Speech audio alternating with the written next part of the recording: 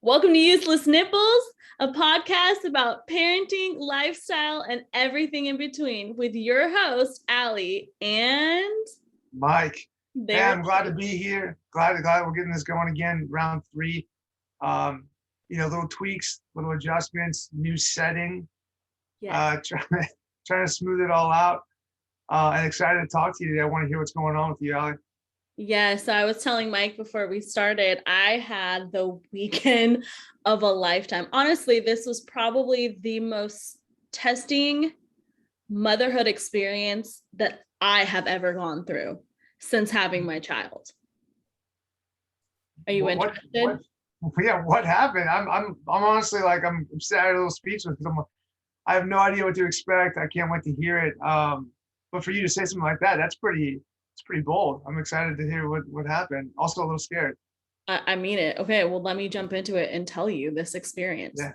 So last weekend, 4th of July holiday weekend, we were planning on going out of town to my aunt and uncle's ranch for a long time now. Like this had been set up for a while. So we were really looking forward to it.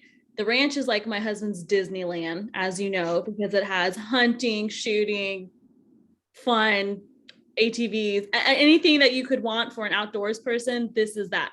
So Tom wasn't going to miss it, come hell or high water. Right. So I leave Friday. Tom had to work Friday. And then most of Saturday. So he was going to meet us there Saturday evening, and I was going up with my mom Friday. The day before we leave, you know how I always have like daycare debacles? Okay. Yeah. The day before we leave, I get this phone call from the director of my son's school. And she calls me and she's like, "Oh, hi, we're just kind of let you know that Jet got bit by some fire ants. There's about 15 bites. He seems to be doing okay. He was outside during playtime and we didn't know anything was even happening until he was covered in ants because he didn't make Oh a." my God. Oh my God. Okay, first off, there's like 1,000 places we could go with just that conversation. But before we jump into that, let me tell you the rest of it. Okay. 15 bites is what she tells me. So I pick my child up. If I could show a picture through a podcast, I would. This child has more than 50 bites. I think I actually sent your wife the text, like the text with the picture. Okay, so not having talked to you yet, she did share that with me and showed me the picture, and I'm honestly like I was horrified, livid. I don't know. I wanted to if I could drive down there and slap the daycare. No, I don't know, man. I'm not trying to put blame on everyone, but wow, that was vicious, man. Like the markings on him were it was significant. Yeah, Yeah. more than 15. I know Ashley told me she was going to fly down to Texas and beat someone up. I believe her. That's a good aunt right there. It's a great aunt. She would do it. She would really do it. So wow. Okay. So what happened? What'd you do? 50 bites. That's pretty hardcore. at least 50 bites. So for those who obviously you can't see it, it started from his ankle all the way up his calf. And he had shorts on, so it didn't really go higher than his knee, but it did go up his arms a little bit because when you have fire ants, you kind of flail your arms and then you wipe your face, or because you're trying to get them off. So we got a few on his hands, a couple on his face. For those who don't know about fire ants, if you get enough of them, you can have flu-like symptoms. Not to mention they come with a ton of other side effects. They're super itchy, they can burn, they actually turn into like little pustules, so they look like zits on the skin. So next day, not only does he have all these fire ants bites, they're now like little pustules. He wakes up with a body fever of 103 degrees, no head fever, but his body is 104 degrees because of these ant bites. If it was me, I would have lost my ever living mind. 100%. Yeah, of course. Like it reminds me of when you watch Naked and Afraid and they're out getting all these like bug bites and they lose their mind. Like this is not even a 2-year-old. I don't even know how he slept through the night. So I vaguely remember being a child and visiting family in Mexico, getting out of a taxi and stepping on an anthill and having them attack my leg. And I mean, minimal bites, but like enough where I was uncomfortable the entire trip. I was like, oh man, my leg. Like I must have been probably I don't know, 10, 11, 12. I don't know what it was, but significant enough where it like bothered me the entire time. Like we were putting stuff on it all the time. I was constantly trying to scratch it. It was driving me crazy. Right. I can't imagine being Jet's Two. age. Dude, like, yeah, I'd be nonstop crying. Right. So how was he? Okay. So he was pretty moody, pretty agitated, definitely had flu-like symptoms without actually having the flu. And he was itchy, So I ended up doing an order, getting all of the itch creams that I could. I did give him Motrin and Tylenol because, again, it's flu-like symptoms. That's what you have to do for the kid. And just giving good bath, Epsom salt baths, cleaning with a cloth, just making sure you're taking care of it. So I contemplated not going, but then I kind of figured, well, what's the difference of us being home and him going through this when I have everything I need? We could still go to the ranch. All of his cousins are there. I would hate for him to miss out on that experience. So I decided to continue packing everything up. My mom came over and we drove together. But that was not the worst part. Uh, That was okay. nothing compared to what happened next. Oh no. Are What you happened? ready? I'm ready, dude. That's horrifying enough. I mean, just picturing Johnny with bites all over him or any kind of like injury at all like that is just horrific. So if that's not the worst of it, I don't know. I'm just nervous I'm to hear what's excited. next. I want to say excited. Excited, like very anxious to hear what's next is probably more accurate. Okay. What the heck happened? So then I have to like take a deep breath because I have so much, I feel like anxiety from that weekend. So we get to my aunt and uncle's house and we were the ranch and we were the first people there outside of my aunt and uncle, which was great. Jet's fine. He's okay. We got there around 3:00 and he's kind of adjusting. Like, again, this is a little kid in a new place and there are going to be a lot of people there. So it's going to be kind of overwhelming, which I did anticipate. We had a really fun time just hanging out with my aunt and uncle. We went out on a mule ride, which is like those side-by-side ATV car things. And Jet loves it. I mean, loves it. He could ride on that all day long. When we Nice. back up to the house, my cousin had gotten there with their family, and then his brother and their family had arrived. So all of a sudden, there's like 10 more people. Okay. So it's fine. Jet's a little bit clingy, no big deal. Doesn't really want anyone to hold him. I mean, again, Jet is a very shy child in general. It does take him a long time to open up. He is very clingy to me no matter what. So this just kind of added to it.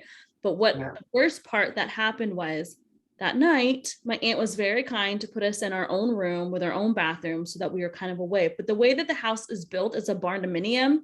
So it's like a giant barn, and then in the barn is like this really nice house, but you can hear everything. So I'm trying to get Jet ready for bed. I have a pack and play set up for him. He slept in the pack and play many times before. Doesn't love it, but will sleep in it. This time he will not sleep in it. And there are 20 other people in this house. So I can't let him cry. I'm all concerned about him bothering people because there's other kids, other people. So now I'm all worried. I put him in the bed. He doesn't want to stay in the bed. Tom's not there yet because he's still at home. He had to work. So it's just me. So I decided I'm going to take Jet and just try to sleep with him. Well, he thinks this is the most fun he's ever had being it because we don't sleep together. We don't share a bed. He sleeps in his own crib, in his own room. And that's how I've always told people, like when we travel, he's not a good kid to share a bedroom with. He just won't sleep.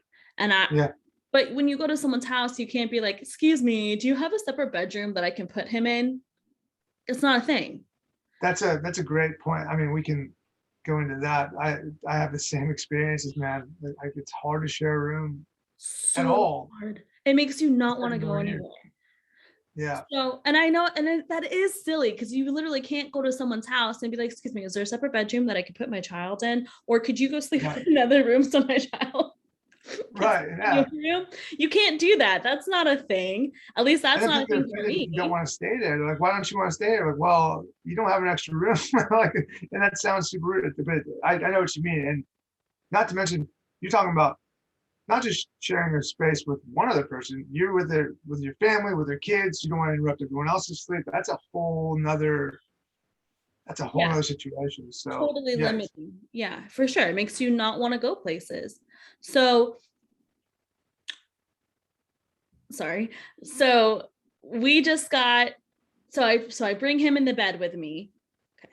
I bring him in the bed with me and we're cuddling, but he just wants to play and have the time of his life. I'm like, Jet, you need to go to sleep. It's nighttime. You got to put your head down. It's time to be quiet time.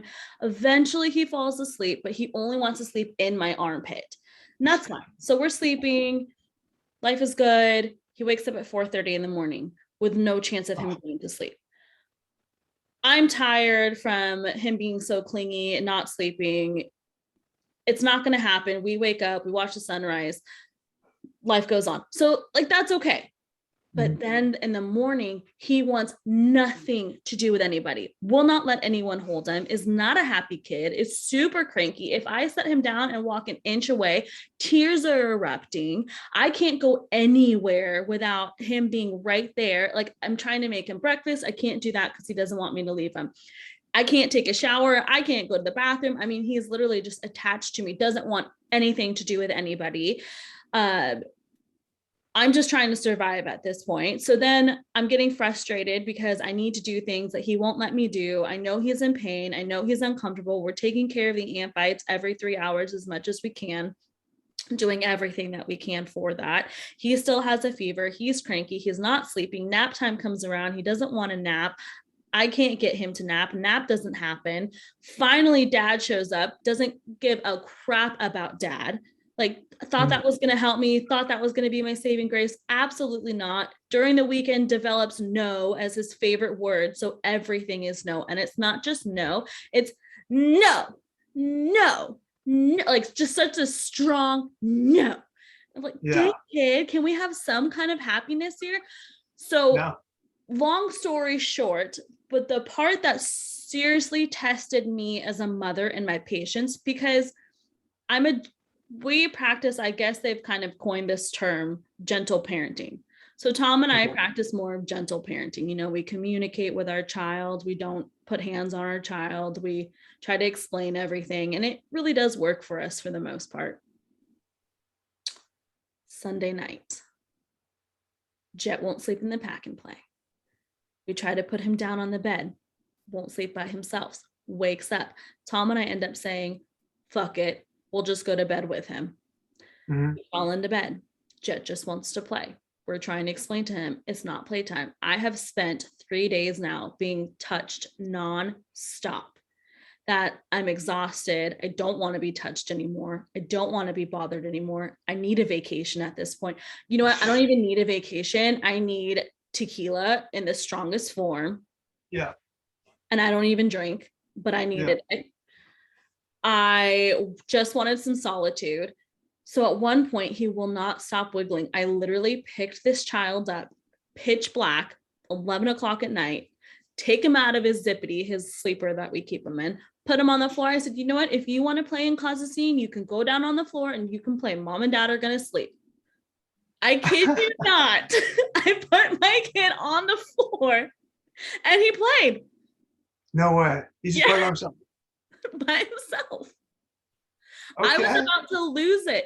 And then finally he decides, I can hear him getting into stuff. So I decided I need to turn on the lights and help him.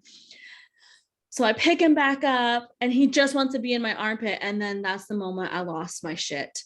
I got up, I went to the end of the bed, I threw my head in my hands and I said, stop touching me. No. I had enough. Oh yeah. Yeah. I couldn't even go to the bathroom without him crying. I could be on the other side of the door, and if he could not see me, there were tears. So this is how the weekend was. Come to find out, when we get home, we realize that he's actually going through a sleep regression. He's always hit his sleep regressions early. So it's his 24-month sleep regression. I didn't know it at the time. I guess there was a lot of signs that I could have seen leading up to this event. And I understand to some people, this might seem so silly. Like maybe it isn't very testing, or maybe it, to each their own. But to me, this was the most testing experience as a mother, because if I was ever going to take my child and put them outside and close the door and say, okay, have fun, that was that moment. All right, have fun. Be safe. Um, Be careful, don't touch the spiders, and you created this.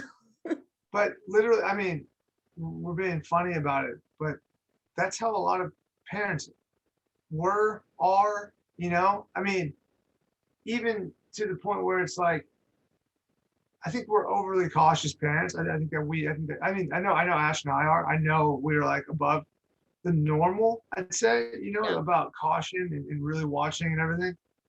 Um, I think with that comes that cleanliness when, I don't know, for you and Jet, it might be completely different, but everything you're saying, this is like a one-off kind of like he got hurt, you're in a new place, there's other people, he's nervous, he's scared, he doesn't have his own room, he's got you, he wants to be on. This all makes sense.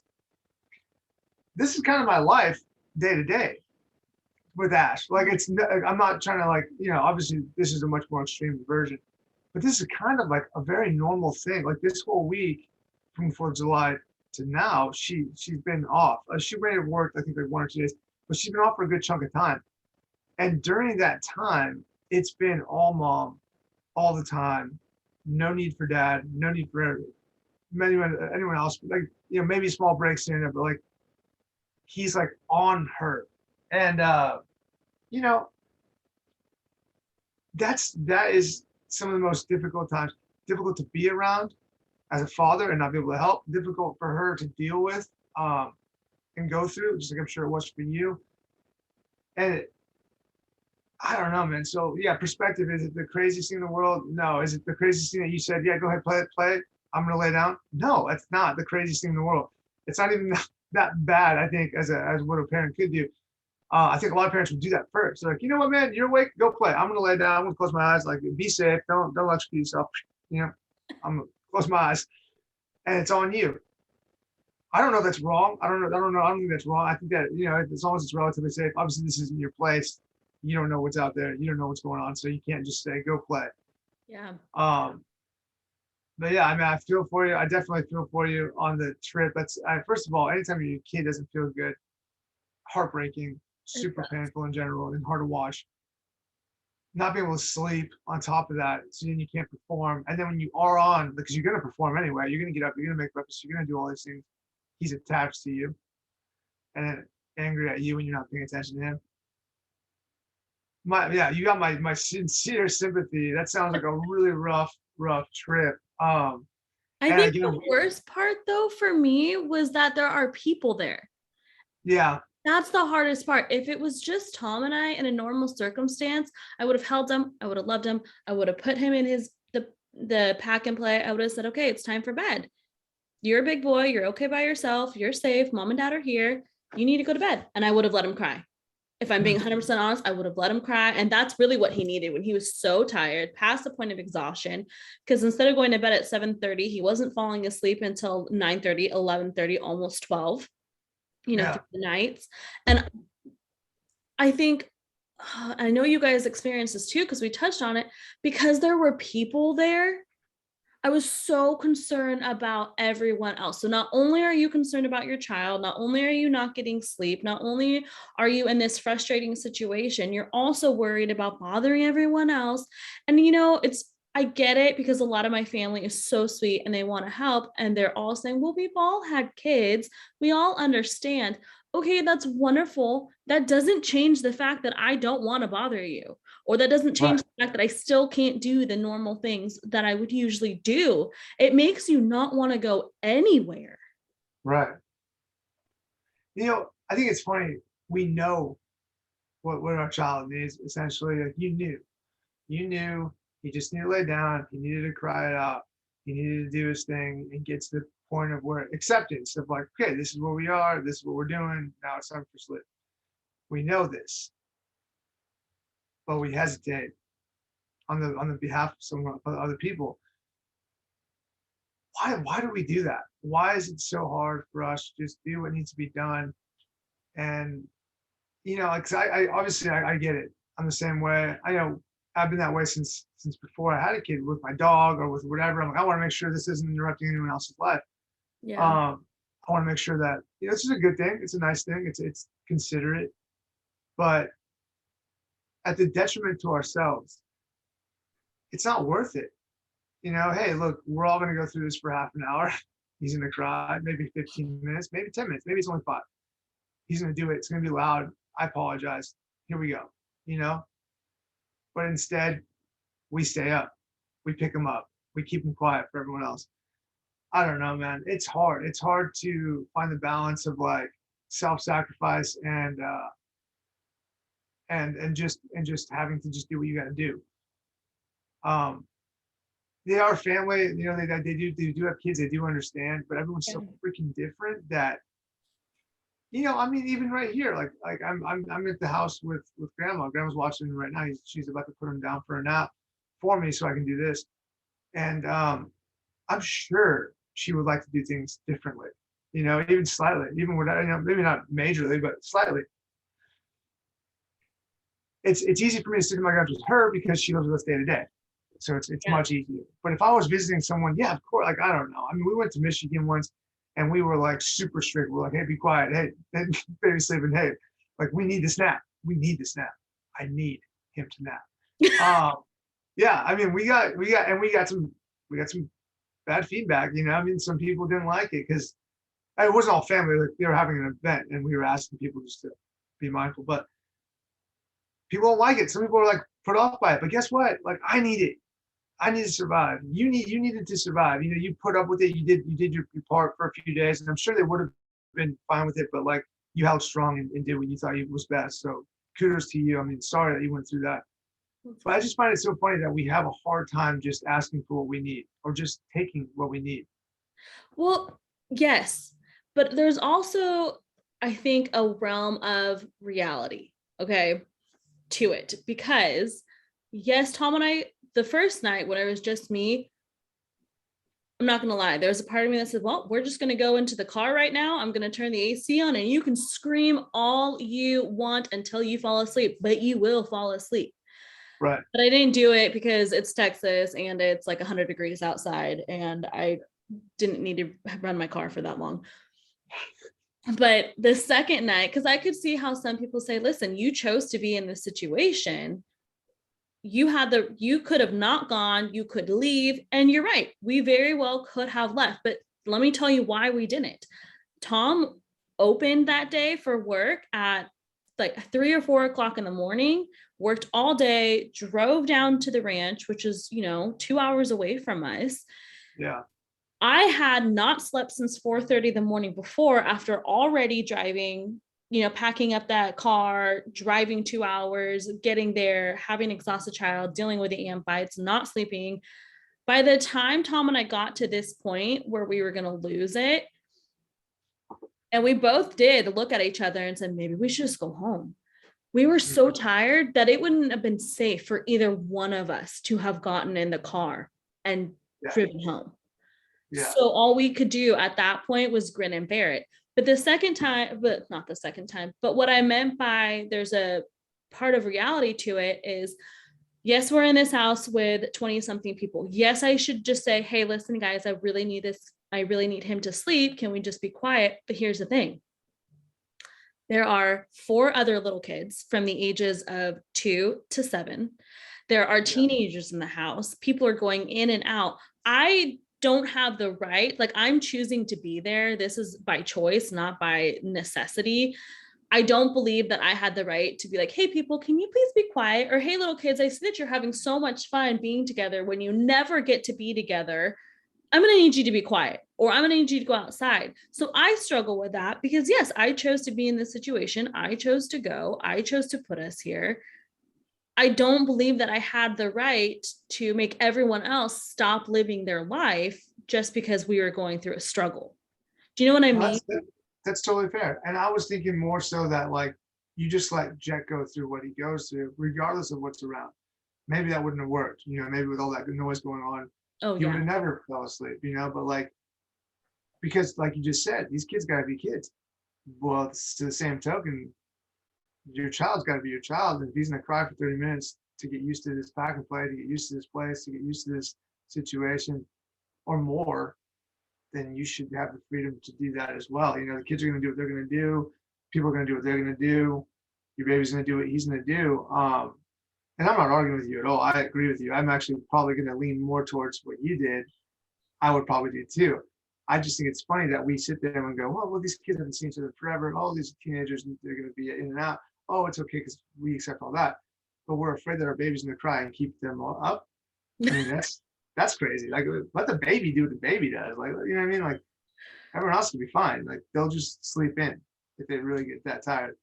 But I totally understand what you're saying. And I would probably do what you did. I'd probably just do my best to keep them quiet and the whole thing. I mean, I remember not too long ago, we took a little trip, like not even an hour from here, south, like towards San Diego. We were out there for a night. We were just gonna hang out for a night, pack and play in a hotel, same room, obviously. And it was 3 a.m. We pack it. We're going. I packed everything up. I grabbed the bags. I picked the baby up, put the pack and play. We came straight home, put him to sleep, and slept great in his bed. And we did too. And it wasn't worth it. You know, it wasn't worth it. Like, we had a nice dinner and everything, but it wasn't worth staying the night to hang out there the next day. I was like, nope, we'll just go home. If I really want to come back to San Diego, I could just drive the hour. It was a total mess. Also, trips we did. You know, sometimes we have success with it. Sometimes we do the crib rental now, Yeah. which is pretty cool. And even if we're in the same room, but he's got a crib, for some reason that goes better. But I'm super uncomfortable because I can't make a peep. I'm trying to be like super quiet, and then someone outside makes noise, and I'm like, I get what you're saying. I get what you're saying. It's hard to travel with babies, and anyone inviting people over with babies, like, heads up, just be ready to help them with what they need, or try to be as accommodating as possible. Obviously, that's hard if you're not going through it. You don't really know. Like, if you came to mind, it's no problem. We'll do whatever Jet needs to do. I'll shut everyone up. You know, I'll put duct tape on the dogs if I have to.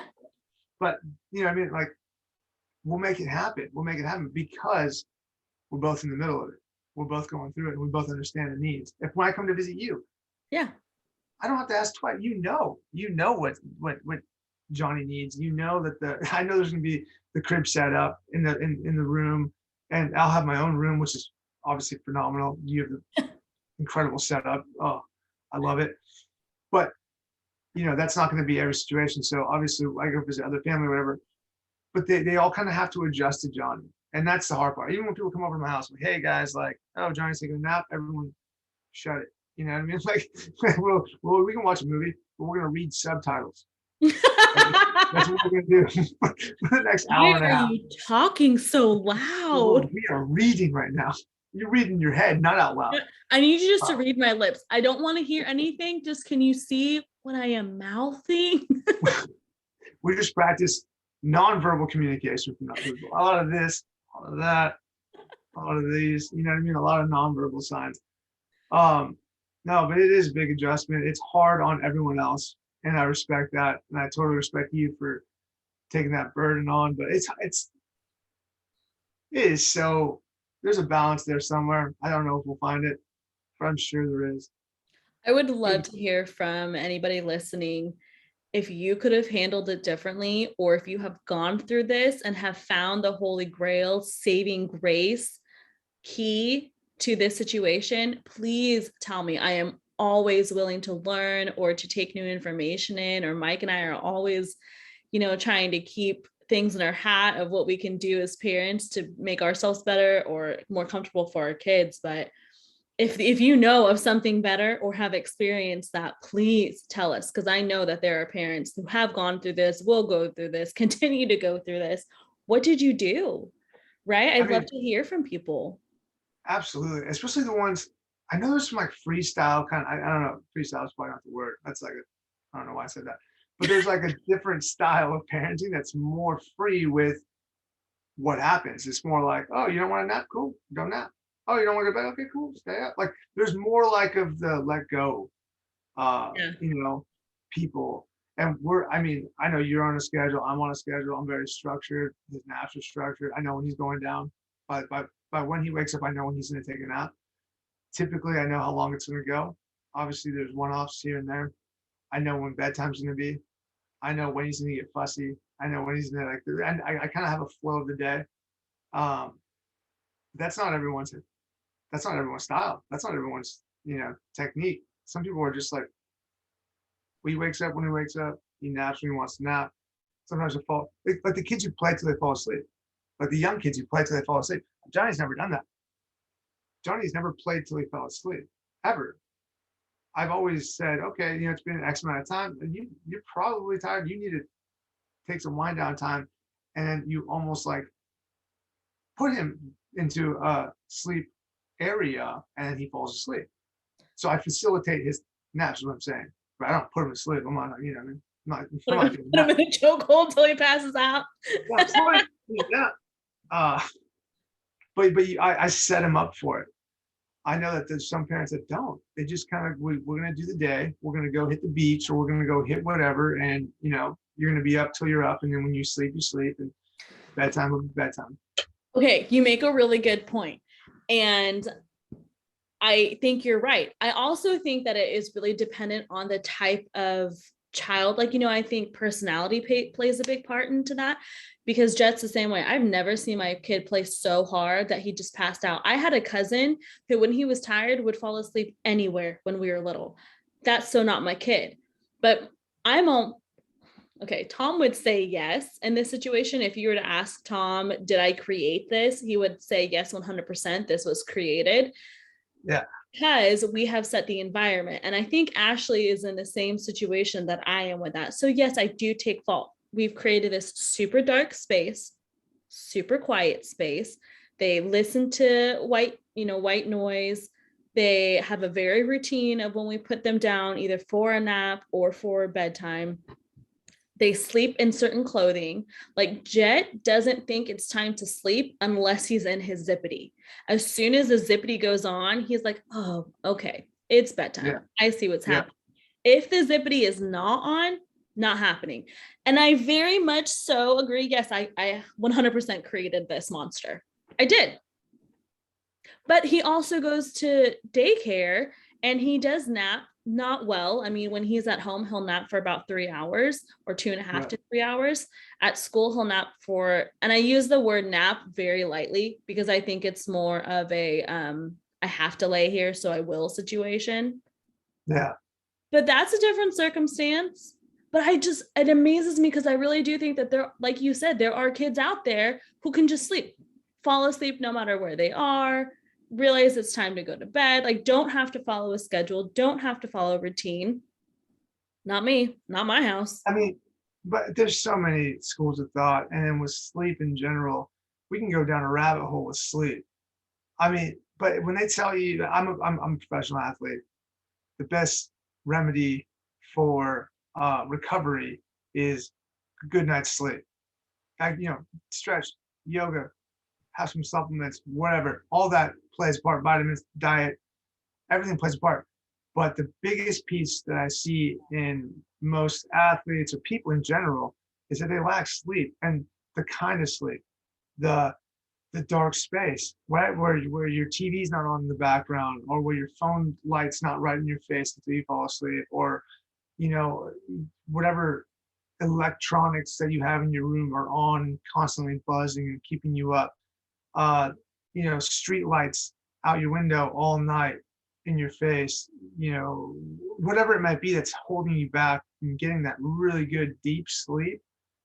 And there's a laundry list of the things that you guys can look online and say, like, top 10 reasons you're not sleeping well.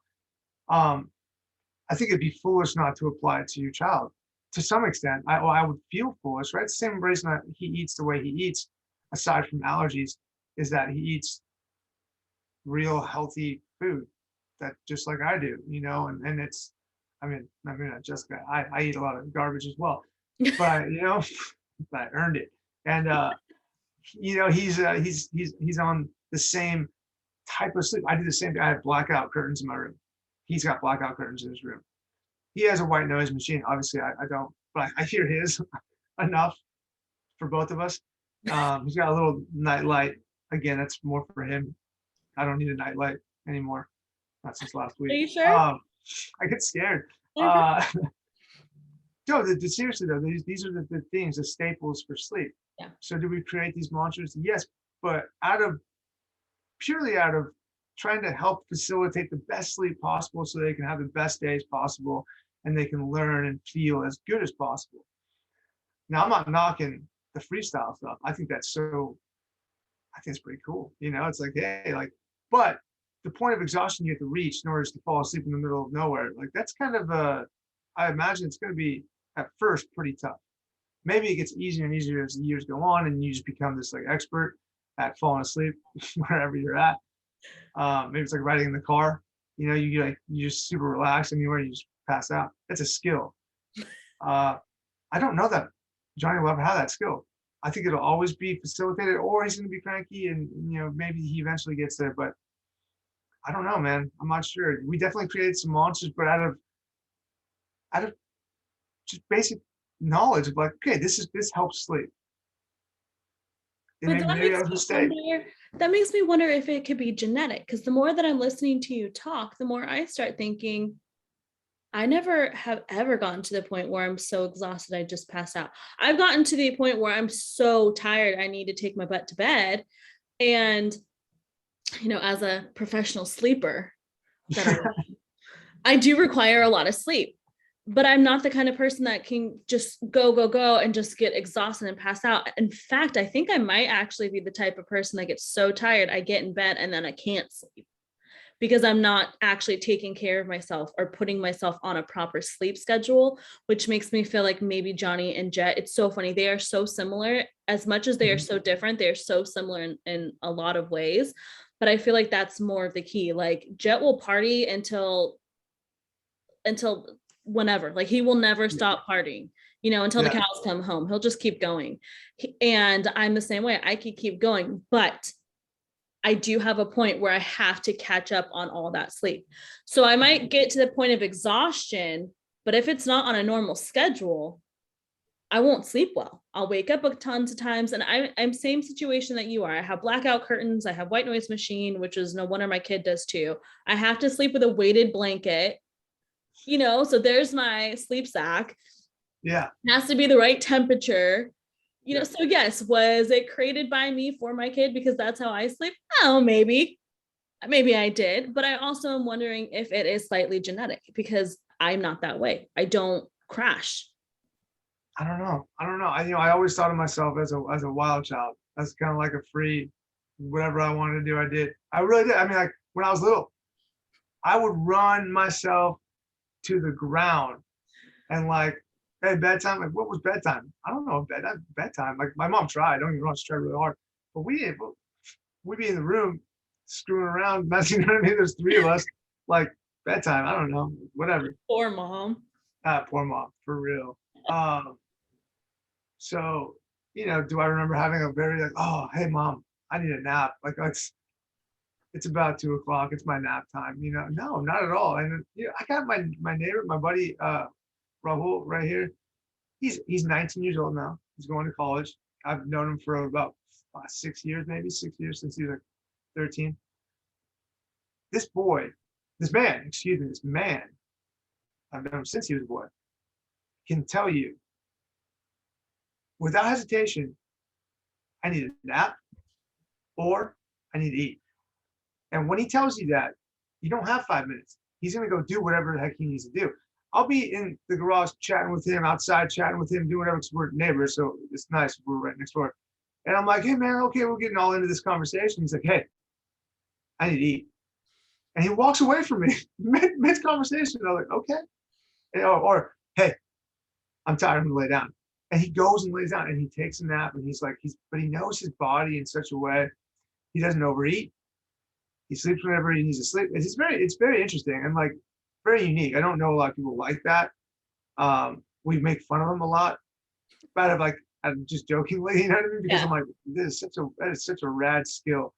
Because I don't even know when I need to eat. I don't even know when I need a nap. And even if I did, sometimes I'm not in a place to just go do that. So I just go whatever and ignore my body's signals. And until it hits you. That's like, yeah. And I'm so hangry that I'm like about to murder everyone. So yeah, it's bad. I'd love to get to the point where I'm more like my buddy Ruffle, where he's just like, no, this is what I need, and I'm gonna do it. Like it's kind of beautiful. I don't know what life's gonna do to him when he's in college and he's like, hey, teach, I need to take a snooze real quick. It might not go well. But can we get a snack in here right now? Is that possible? Can I order pizza? Anyone want anything? I don't know. But it's really cool to watch a 19-year-old man just say, hey, I'm gonna lay down, man. I need to rest. I've been working hard. Like it's No, get it's it. funny. And we joke about it, but I actually think before becoming a mom, I was not like that. After becoming a mom and really knowing what sleep deprivation is, Mhm. I have become much more in tune with my body. Like there are times where I need to get something done and I literally stop in my tracks and say, I got to take a nap. And then Mhm. I proceed to take my butt to bed and take a nap because I really need it. I don't remember ever experiencing something like that before. Granted, like I said, I do require a lot of sleep. So maybe that's why my body knows that I don't get it in the same way anymore. So now it's like signaling me to, hey, you have the chance, you need it, go take it. Right. It's great.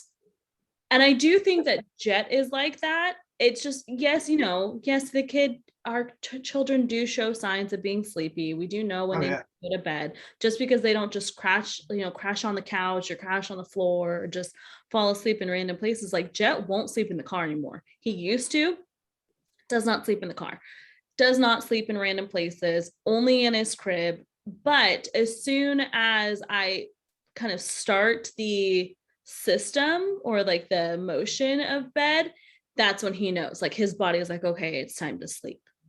Mhm. Yeah, So I don't know Johnny if gives us. that'll. Sorry, No, you're fine. What were you saying? I was saying Johnny gives us very clear signs of like the eye rubbing, the lean, kind of lean against you a little bit, like. But he can snap right out of that too. So it's funny. Like you gotta like, okay, you're giving me a few signs, and I gotta like watch him for a bit, and then I have to help him into it. He won't just go to sleep. He has to be brought upstairs, his sleep sack or his halo, whatever, we use a different brand. Um, and then once he's in his halo, he'll go in his room. And sometimes he'll push away from me to get into his crib. Now, the second I walk away from that, he cries. But I don't know that it's really that he wants to get picked up again. He just kind of like, it's a moment, whatever that moment is. But he'll push away from me, lays in his, I put him down, and then he cries for about a minute, and then he's out. Or he's comfortable. I don't know, he might not be asleep, but he's comfortable. So I get what you're saying. I facilitate, I have to help bring him along that journey to sleep. Yeah, it cracks me up because as I had mentioned earlier, he is in a sleep regression. And I don't think our sleep regressions have always been too bad, except for like his 15-month sleep regression was really bad. I think he hit around 14 months, and this one's been pretty bad. Because it's funny, I had the same situation at bedtime. Tom and I are in his room. I think I've said this before. We just spend time with him. We have, a little one-on-one time with Jet. We get him ready. We put his sleep sack on. We turn on the white noise machine. I sit down in the rocking chair. Tom puts him in my arms and we just kind of rock. And typically, before we even got to the sleep regression, a normal situation is he gets in my arms, Tom leaves, closes the door, Jet points to the crib. Like I used to love being able to cuddle with him and he just wanted to rock there for a little bit. But then he got to the point where it's like, okay, mom, bye. And points to the crib and it's like, all right, you know what to do. Yeah. So we got to this point in sleep where lights are off, Tom leaves, he wants to go. I pick him up, I set him in the crib, he turns over, I leave the room, out. Well, now with this sleep regression, he doesn't want me to leave. He literally grabs my arm and holds it tight to his chest. If I get up to put him in, he cries. So I have to get up and put him in at some point to put him, so he goes to sleep. I put him down. He stands up. He cries. He grabs my arm. Well, lately he's going through this very interesting phase. And this is like momming at the finest or parenting at the finest, where he wants his bottle. Like we give him milk, but he never keeps it in his crib or he never holds on to it. Like once he's done, we set it down. I take it out of the room with me. Well, now he wants to hold it, but I don't want to leave him with a full bottle of milk. One, that's disgusting. Two, it spoils. It's bad for his teeth, but like it's Right. disgusting. It'll Right. leak everywhere and I don't need to do laundry more than I already do. So I developed this new trick. Are you ready for this? I'm ready. Okay. So when we go upstairs, I bring two bottles, one bottle of milk and one empty bottle. When I put him in his crib, I do the old switcheroo and I give him the empty bottle and he lays down and he just holds this empty bottle to his chest. And Oh my God. without crying, because That's super, before it super worked, cute. because before he was crying for over an hour. Wow. Wow. And that's pretty significant. And that's, yeah, I love that. I love, I don't give the bottle often, right? Obviously. Yeah. But I think if I did more often, I think that would be the ticket. Cause like, yeah, there's something about that where they just like, they just want to hold on to that thing, that bottle. If I take it away from him, it's like a 5 minute, like, okay, he's gonna cry for this. But that's slick. That's slick little switcheroo on the bottles. Smart. When Tom got him up this morning, he literally handed him the bottle, like, excuse me, what is this joke? Empty. Throws it out of the crib. Give me I another would one. prefer a stuffed animal, but he doesn't seem to gravitate. So I've been on the hunt for a good stuffed animal for him to sleep with. We had we tried a couple of those. We have I forget the name of it. It's basically a little monkey with a blanket, Oh like a yeah. monkey head with a blanket. We have like a 5 of those, and he really likes those. We also have an empty uh it's called a slumpy, or it's like an empty toy so that it's not like all big and robust, and like he can kind of like, it's almost like a little blanket, but it's the shape of a sloth that our friend got us, Vivian out in Texas. She actually got it for him. And I love that one. I really want him to use it. He didn't want to use it. He likes the little monkey blanket better more. But yeah, it's funny to see like what they do go for, what they don't. He doesn't even really use it. Doesn't really cuddle with it very often. Sometimes he just plays with it until he falls asleep. It's Yeah. not like this. It sounds like Jet really like is cuddling up with this empty bottle, which is super adorable. It's really cute. I mean, I would love to see this, but yeah, at least I mean, whatever makes him happy, right? Yeah. I think that's the ticket. And it's funny when they know like the process, and it sounds like Jet kind of enjoys it. My, The the bedtime process. process. Yeah. Yeah, he really likes bedtime and he's really good about it. But this regression has been tough. And I actually kind of decided that I was going to try a new tactic than just putting him to sleep and then walking out of the room, because I was reading that at this age they start becoming more aware of fear Hmm. and um, more anxiety based, and then they become very attached, which makes sense as to why he was the way he was at the ranch on top of everything he was going on or going through. So I'm trying this new tactic and so far it seems to work, because when we got home from the ranch the first night, I was so excited to be home because I knew that he would sleep in his own bed and that we could sleep in our own bed. But after I laid him down, he cried and I was like, okay, I'm going to give him 20 minutes, because I was talking to Ashley about this. I know that not everyone loves the cry it out, and I totally understand. But Tom and I have tried so many methods.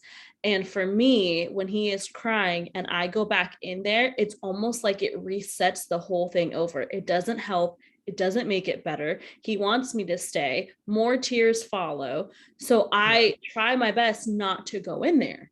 Tom will occasionally, but once again, it just resets it. So for this particular night, I went back in, Tom went back in, it went on for an hour. Oof. So the next night, you kind of get this like trauma response, like, oh God, it's bedtime. I really don't want to go through this. As a parent, you're like, oh God, no, please, Yes. not now. Please just go to bed. Please don't cry. But then you sit there as you're putting him to bed, like, I know you're going to cry. I know you're going to do it. So I'm thinking to myself, what could I do to make it better?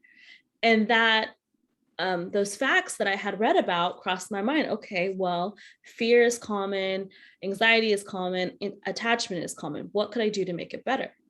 So I put him in his bed. Of course, he stands up, he starts crying. So I kneel in front of his crib and I say, Jet, this is bedtime. We do this every single night. You are safe. You are protected. You are okay to be in your room by yourself. Nothing is going to get you. Mommy is right outside the door. If you need me, I am right here. I would never leave you alone. You know, I'll see you in the morning. And so I said this to him a couple times. He stood there. Instead of picking him up, I kind of just, give me hugs, give me kisses, and just patted him. But I didn't want to give him the full satisfaction of me picking, because that's what he wants. Like, he Yeah. knows how to play me, and I'm not here for that. No, yeah. I say these things. I walk out the door. He cries for 20 minutes, goes to sleep. The next night it happens, I stand in front of his crib. I say the same thing, no crying. Wow. So I'm really hoping, I mean, granted, maybe we're getting towards the end of the regression, but I'm really hoping that by being able to communicate that with him, because I think that's what it is. I do think that it's more fear creeping in, which is funny because I don't know where it would have come from. It's not like he watches scary things, but Tom was saying maybe it's natural. Yeah, I think that there's I mean, I got the book Tribe or whatever, and it talks about how very opposite of the way I parent, but it talks about how children, I don't know, I can't exactly remember exactly what it said, but basically that like primates carry their child 80% of the time, babies, and then that they're always attached to their mother, they're always nearby, they're always for survival. Obviously, they can't protect themselves, so for survival, that's the whole thing.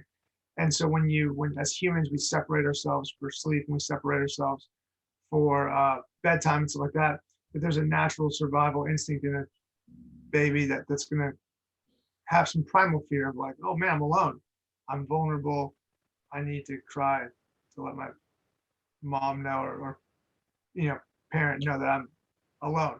That's interesting. Um, it was a super interesting thing. I'm not gonna carry Johnny 80% of the day. My arm will fall off. I'm not a primate. I'm not gonna climb a tree and hang out with him. I mean, I'd love to, like maybe 10% a day, even 20. I would swing 20.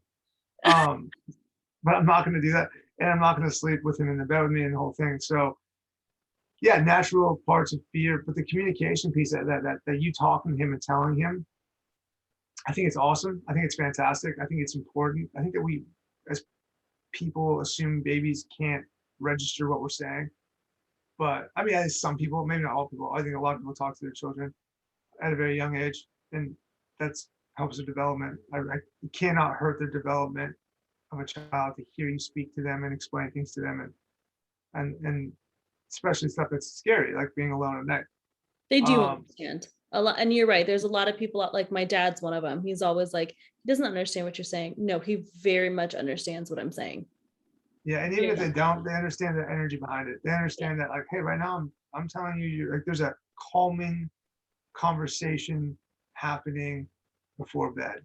Yeah. So maybe he doesn't get my words, maybe he doesn't know exactly what I'm saying to him, but he knows I'm calm and he hears it through my voice and my actions.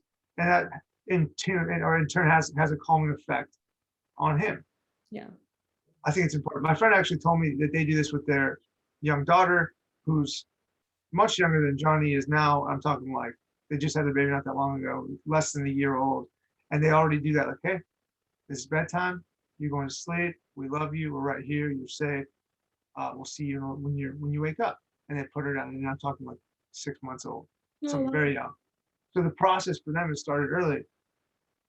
I think that he had mentioned that kind of like the methods that we talk about as they get older. Like there's just like once the baby goes down, you don't go back in until the morning. You know, excluding any big emergencies or anything, like maybe they bumped their head real hard or something, like I don't know. Yeah. But for the most part, they put her down and then they see her at the appropriate amount of time for that age. You know, they're not going to let her leave her there 12 hours by herself at that age. But for the appropriate amount of time, that's her time to lay down. And so they started to very early. I didn't do that. I didn't do that at all. The conversation just started recently, just like you did. Right now, it's for us a little less. Ashley just does a very nice, I love you, good night, see you in a little bit, and walks out. And so I do it too. I love you, good night, and good night for bedtime, nap time. It doesn't matter what it is. It's the same conversation. I love you, good night, I'll see you in a little bit, and exit the door. So no matter what, he knows routine, even if he doesn't understand the words. It's like, oh, this is what they say before they go. They're calm about it. I can be calm about it, and I can sleep. If I was to lay them down and go sleep, and walk out of the room, might be a different reaction. Like it might be a You little don't think jarring. that's soothing? That might not work. Command, you're sleeping. Yeah. 8 hours now. But no, I love that you're doing that for him. And like I said, everyone's got a different style and opinion on it. But if it does nothing, it does something for me. It does something for you. It makes us feel better about it. It can't hurt. And I do believe that they enjoy it as well. Yeah, it does make me laugh. I saw this mom who I was on TikTok one day, and I constantly get a bunch of like parenting videos that I see. And one of them pops up on my feed, and it's this mom. She's like, I've watched all of these videos about gentle parenting, and I really appreciate it. And I have learned about it. But what about the trauma you get as a parent? Like everyone's saying, oh, be nice to your kids and do this and do that. But no one ever talks about the trauma that you receive from the beatings you get from your children. And that made me laugh because, well, at first I was like, okay, lady, like toughen up. That's ridiculous. That, it's a child. Do better. But then I'm sitting here thinking about it. I'm like, you know what? I take it back. I feel a little bad for saying those things, because putting Jet to bed and me sitting there in that chair like, oh God, please go to bed. Please go to bed. I can't take it. Please don't cry for an hour. Please, my heart hurts so bad. Please. Like, yes. Why doesn't anyone talk about the trauma you get as parents? I think we do, but we do it in it's such a joke. It's like, oh, get some sleep, bro. You're not going to sleep for a couple of years, bro. Come on, man. You better take it in now. That doesn't help me, man. That didn't help. No. That's not really talking about the problems, Brandon. Like you're just repeating what someone told you when you had a kid. And fair enough, sweet. I get it. Yeah, sleep. We're not gonna sleep for a while. Okay, cool. But no one sits with you and tries to understand you and tries to talk to you about your emotions when you're going through it. Like you just went through right now, man. That was a real experience. You had a real tough weekend. You had an emotionally, physically taxing weekend. And no one's probably sitting there saying, man, how you doing? Like, I hope you're feeling better. I can only imagine what you went through. I know how hard you tried. I know how hard it was for you to go through that. I know how hard it is for you to watch your son in pain. Yeah. No one does that for each other. Instead, we go, oh man, that sounds pretty tough. Oh God, oof, yikes. Probably won't do that again. It probably shouldn't go on that trip again. I hope you learned your lesson, idiot. No, I'm kidding. But we don't do that for each other. No. We don't empathize, not sympathy. I don't want sympathy. I don't want to hear, oh man, I'm sorry. Oh, I'm so sorry. Oh, I'm so sorry. That sounds terrible. Oh, great. If that's all you can offer, that's better than corrections or something. But true empathy of like, wow, you tried really, really hard to make this weekend work for you, for your son, for your husband, for your family, and it didn't work out. And that has to be devastating to some degree. Yeah. And it has to be hard on you. And I know that, like as friends, like I know that how hard that was for you to speak about it the way you're speaking about it, and to talk about it as the experience that you're talking about it. As your friend and knowing you for as long as I've known you, my heart breaks a little bit because I know that it must have been heartbreaking for you to go through it. And like, is it the worst weekend of anyone's life? No, but comparison is the road to freaking unhappiness. So we don't need to do that. I don't need to compare your experience with someone else who had a worse, in their opinion, experience. You felt something. Yeah. You had a hard time. It really happened. It was really tough on you, and that's fair. And I think that piece, this whole thing was going to start with communication. I think that piece, the empathy part, is what's missing from communication. And it could be about literally anything.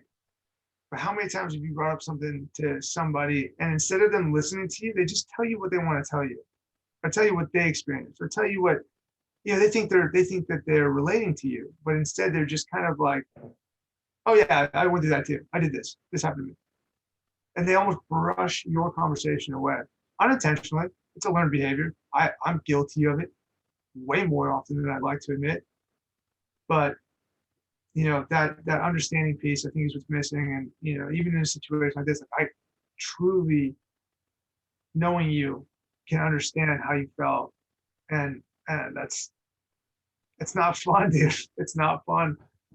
I Uh, really appreciate you saying that. Actually, it is super comforting because everyone, like you said, everyone is quick to say, "Oh gosh, I'm so sorry," or "Well, here's what you can do," or that's a part of parenting, or "Yup, it's tough." But hearing you say that and actually listening feels really good. And maybe that is the part that we're missing for a lot of parents. It's so easy when people are talking about their kids being like, "Yeah, well, that's what it's like," instead of saying, "Hey, you had a really hard weekend. I'm sorry that you went through that experience. I can't imagine what that did to your body or your mental being.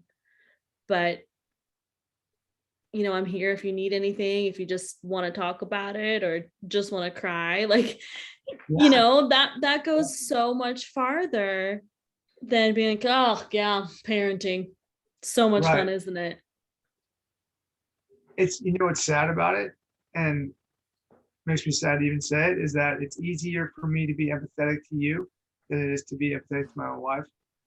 And that makes me sound like such a piece of garbage. But when we're partners, so I'm like, my go-to is like, how do we fix this? With my partner, you're my very close friends, and of course, like, if I had any brilliant ideas, I'd share them if that's what you wanted. But realistically, I know that's not what you need. You just need to express what happened to you, and to someone who can understand it, and I can understand it. Yeah. And all I need to do is listen. All I need to do is listen and hear you out, and then be there for you to be a soundboard. Um, I should be better at that for my wife. I was just going to say, maybe that's what she needs. Yeah, Maybe it's that's what you need. we Maybe that's what exactly we all need. it's exactly it. I mean, I told you, I think I mentioned this book already, like probably 5 times, and we've only done like 2 episodes. But that I bought that book, Nonviolent Communication. I'm gonna say it again. It's one of the best buys I've ever made. I bought it for talking to my child. I bought it specifically for communication with my son as he grows older, and being able to say things in a way that's not gonna scar him, blame him, demean him, um, any of those things, any of the negative Right. things that we try to correct as parents. We're trying to correct and teach and instruct, and instead we hurt. So I've got that book for him. What it taught me was how poor my communication skills are, and how, as Hmm. much as I try to communicate things and I try to be a good listener and good friend and good, you know, an empathetic person, I fail at it way more often than I succeed. Way more often. And it's hard now to know better and continue to fail at it. And it does still happen. It happens, on a daily basis. Like, maybe I'm great in one situation, and the next one I'm like, well, you should have done this. And I'm like, damn it, there it is again. Like, oh, dang, why do I do that? Um, Again, it's learned behavior. It's hard to unlearn it. But I think that if I think that if anyone who's interested, I guess, I'm not going to force this on anyone, but if anyone's interested in learning how to empathize and learning how to choose their words wisely and choose their responses a little more wisely, I recommend that book. Um, and I'm sure there's a lot of other books. So if someone's listening to this and they're like, hey, you know what, this is actually a great addition to that, and maybe an expansion on it, because I'm like we said earlier, we're always looking to learn, we're always looking to get better. If anyone's got any good reads, any good recommendations that can help with the empathy towards another human being, whether that be your spouse, your friend, another parent, a random person you met at a park who just needs a vent for 5 minutes. I mean, man, I had the most beautiful day talking to a random guy at a park with his service dog. And he was just sitting there, and we were sitting with Johnny having a coffee. And he's like, hey, the dog's friendly if your son wants to say hi. I was like, well, that's okay. I appreciate the offer, but that's okay. Well, we're gonna go be right around here. but I could tell there was something more Mm. there. Like he kept like kind of looking in our direction. He kept kind of like, he just kind of checking everyone out, and he just looked like he needed to talk. So I circled back around, and I just kind of asked him about his service. Like, hey man, like, can you tell me about that? And we spent a good 15, 20 minutes just chatting. And I felt better for it. And I think he felt better for it. I think it was a nice, he kind of expressed what happened to him, and kind of get some of that off his chest, and had someone listen to him. Who I have no reason to listen to the guy. Not my blood, not my relative, not my friend. I just met this guy 10 seconds ago. But it took nothing from me. You know, it actually enhanced my day. It made me feel good. It made me feel better. I mean, I got to learn about someone new. And to give each other that was kind of like a beautiful moment, you know. And I mean, I'm talking about my wife, talking about my friend, but like even strangers, sometimes they just need to 5 minutes of your time can make someone's whole day, you know, maybe not even 5 minutes. I feel like you just brought such a beautiful conclusion to this episode, because there are so many beautiful moments in life, in parenting, in friendships, and relationships, but there are also a lot of really hard ones. Like this weekend was really hard. It was hard for Jet. It was hard for myself. It was hard for my husband. And I'm sure it was hard for the people around us.